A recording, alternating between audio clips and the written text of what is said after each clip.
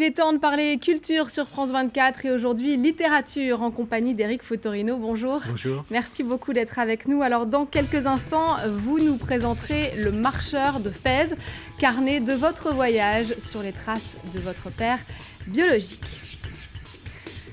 À suivre également dans cette émission Deep Purple, nous reviendrons sur une chanson de légende, Smoke on the Water. Enfin, il incarnait l'élégance, hommage à Georges Descrières, Arsène Lupin à l'écran.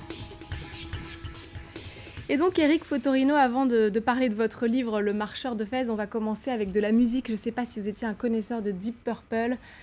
Non, je n'étais pas un bon connaisseur de Deep Purple, plutôt Dire Straits ou Supertramp. C'était pas tout à fait le même genre. Voilà, mais j'ai peut-être encore à l'oreille des chansons. À mon avis, il y a des chansons qui vont vous revenir, puisque justement, le groupe phare du rock britannique a déjà 45 ans d'existence derrière lui, mais toujours autant d'énergie, comme ont pu le constater les fans au Zénith de Paris le week-end dernier.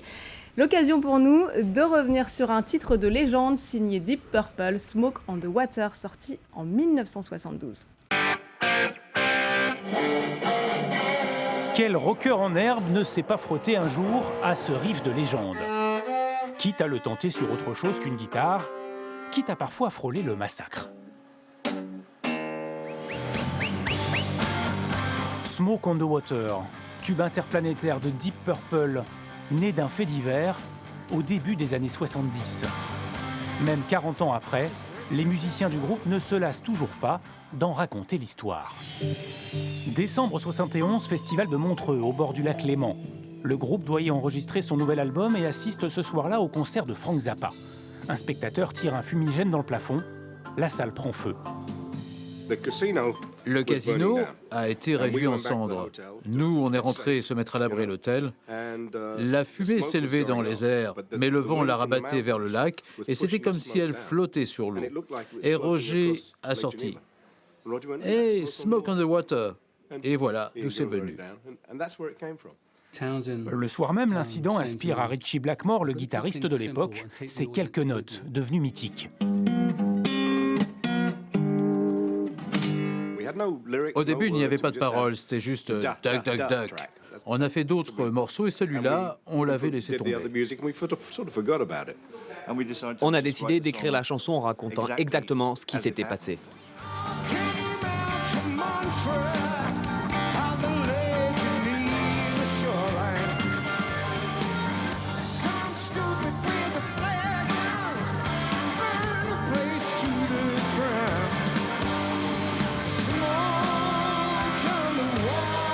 Le succès de la chanson a certes fait un peu d'ombre au reste du répertoire, pourtant très riche du groupe. Mais si 40 ans après, ils sont toujours là, à enchaîner les tournées, ils savent qu'ils le doivent en partie au coup de folie d'un spectateur suisse, un soir de 1971. Et voilà l'histoire derrière ce titre de légende, c'est amusant. Éric Fotorino, on en vient à votre livre Le Marcheur de Fès. Alors vous avez 17 ans lorsque vous rencontrez pour la première fois votre père naturel, mais ce n'est qu'à la mort de votre père adoptif, dont vous portez toujours le nom, que vous souhaitez en savoir plus sur lui. Vous avez déjà écrit sur la relation avec ces deux pères, et ce livre-là est le récit de votre voyage à Fès, au Maroc, la ville d'origine de votre père biologique. Pourquoi est-ce que vous avez eu besoin d'abord de faire ce voyage ? J'avais l'impression que c'était le kilomètre zéro, que j'allais rembobiner la vie et que j'allais commencer par le commencement, c'est-à-dire où est-ce que mon histoire avait commencé, c'est-à-dire la sienne. Et ce qui était fort pour moi, c'était l'idée d'aller dans un endroit où il avait appris à marcher alors qu'il ne peut plus marcher. Et voilà. Vous deviez faire ce voyage ensemble. Vous vouliez le faire avec lui, oui. Il est malade, vous ne pouvez pas. Est-ce que finalement de faire ce voyage seul n'a pas eu aussi des points positifs pour vous ? Oui, bien sûr, parce que d'abord, j'ai compris quand je suis arrivé là-bas qu'il était là, d'une certaine manière. Il vous Pas accompagnait, physiquement, évidemment. il m'accompagnait parce qu'il y avait comme ça des relais, des amis à lui, un rabbin, un ami d'enfance qui est revenu vivre à Fès aussi ces dernières années. Et donc, bien sûr, j'ai pu, d'une certaine façon, être lui. Ouais. Et à un point même, d'ailleurs, assez troublant, parce que des amis qu'il avait eus il y a très longtemps, quand ils m'ont vu, il y a une ressemblance physique assez forte. Et quand ils m'ont vu, j'ai senti le trouble. Et quand ils me parlaient, j'avais le sentiment qu'il lui parlait. D'ailleurs, vous adressez une grande partie du livre, vous vous adressez directement à votre père, vous dites « tu ». Je l'interpelle, oui. Voilà, c'était, vous lui dédiez complètement ce livre, c'était presque un livre que vous auriez pu écrire simplement pour lui? Oui, c'est-à-dire que j'ai l'impression que le lecteur va être sur mon épaule et sur la sienne. C'est-à-dire que c'est un livre, effectivement, que je lui adresse. Quelquefois, on dit « jeu » dans un livre et on ne sait pas pour qui est ce jeu. Et là, ce « tu », il est vraiment pour lui, tout en sachant que cette histoire d'exil, comme le poète Adonis qui dit « mon corps est mon pays », on a l'impression que son corps, ce qu'il est, c'est son pays. Et j'avais vraiment envie de voir ce pays. Et je pense qu'il appartiendra à tous ceux qui ont eu un jour un sentiment d'exil. Oui, bien sûr. Et puis alors, évidemment, vous lui dédiez ce livre. C'est aussi une façon, vous l'avez déjà dit dans d'autres livres, de dire il n'est jamais trop tard pour justement rentrer en communion ensemble. Oui, c'est-à-dire que la chance que j'ai eue, parce que finalement, j'aurais pu vivre toujours dans l'idée qu'à ma naissance, j'avais été abandonné. Et en fait, c'était pas ça du tout. C'était simplement ces histoires qu'il y avait dans les années 60, une famille catholique, une famille juive, et une guerre de religion, d'une certaine manière, dont les victimes sont les enfants. Et donc, celui qui n'a pas pu être mon père et celle qui est ma mère n'ont pas pu être une famille, fonder cette famille. Et donc, si vous voulez, dès lors que j'ai pu comprendre cette histoire, la connaître, avoir la chance de le rencontrer et de voir qu'en effet, il n'était pas un salaud, mais que c'était quelqu'un qui avait été toute petite victime de cette grande histoire entre les juifs et les catholiques, eh bien, ça m'a permis de mettre les mots là où il n'y avait qu'un gouffre, là où il y avait du noir.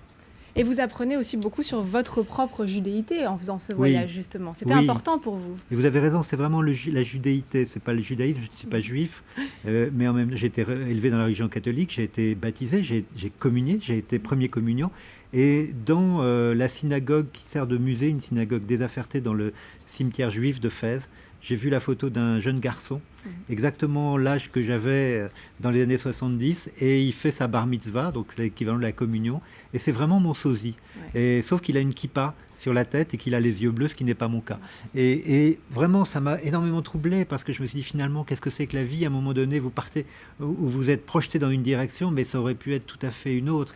Et c'est là que vous relativisez beaucoup ce que c'est que la religion. Aurait pu être vous. On en apprend d'ailleurs beaucoup sur les Juifs du Maroc. Ils étaient 20 000 au début du protectorat. À Fès. Et vous voulez aussi peut-être perpétuer la mémoire de ces Juifs du Maroc qui sont de moins en moins nombreux. Oui, il y en a moins de 50 aujourd'hui.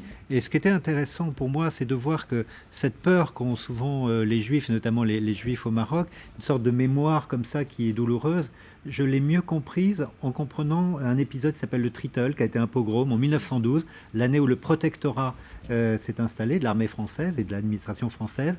Et les Juifs ont été massacrés pendant 2 jours et 3 nuits dans le Mella, le quartier juif.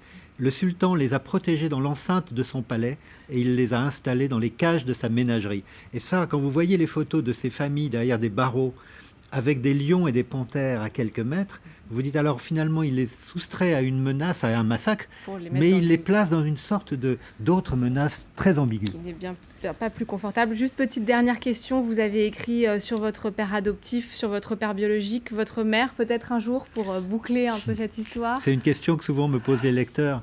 La réponse est oui, simplement ça prend du temps. Ma mère est très vivante, est un personnage très, très présent dans ma vie, et écrire sur les absents, c'est pas la même chose. Donc bien sûr, j'écrirai sur ma mère, j'ai déjà commencé. Et notamment de savoir quel est le sang bleu qui circule dans ses veines, cette Méditerranée, qui fait qu'un jour elle a aimé un homme du Maroc et un homme de la Tunisie. Encore de belles histoires à nous raconter. Vous restez encore un peu avec nous si vous le voulez bien, Éric Futorino. On va parler maintenant d'Arsène Lupin. Je ne sais pas si là vous avez des souvenirs. J'ai des souvenirs d'enfants, je rentrais de l'école et le soir quand il y avait Arsène Lupin, Georges Descrières sur les programmes, avec la chanson de Jacques Dutronc. C'est le plus grand des voleurs. Un vrai rendez-vous à ne pas manquer. Alors en tout cas, les hommages se multiplient après la disparition de celui qui incarnait le fameux gentleman cambrioleur. Georges Descrières est mort à l'âge de 83 ans.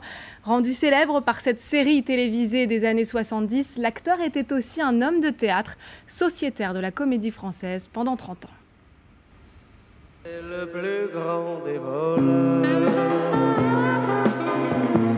Oui, mais c'est un gentleman. Son nom restera à jamais associé à ce refrain chanté par Jacques Dutronc. Georges Descrières, le plus célèbre des interprètes d'Arsène Lupin, s'est éteint à Cannes, des suites d'un cancer. Ne m'obligez pas à tirer. Voler, oui, et encore.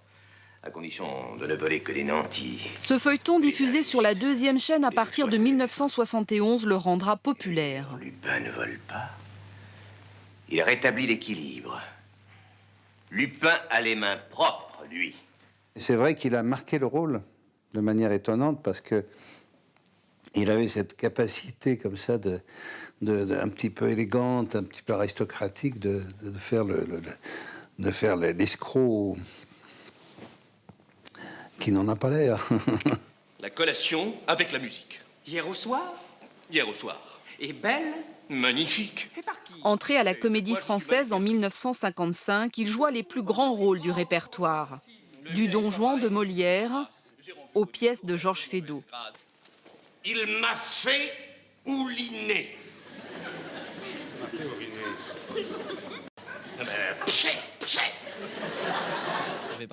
Claude Rich et lui se sont connus très jeunes au Conservatoire de Paris.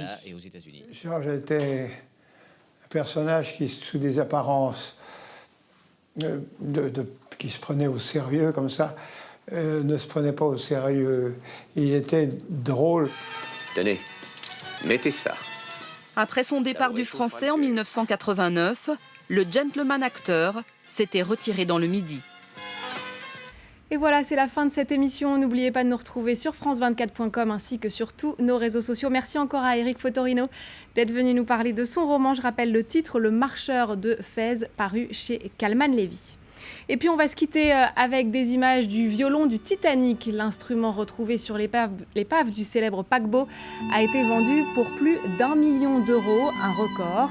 Son propriétaire Wallace Hartley en avait joué jusqu'au dernier instant avant le naufrage en 1912. Merci à tous de nous avoir suivis.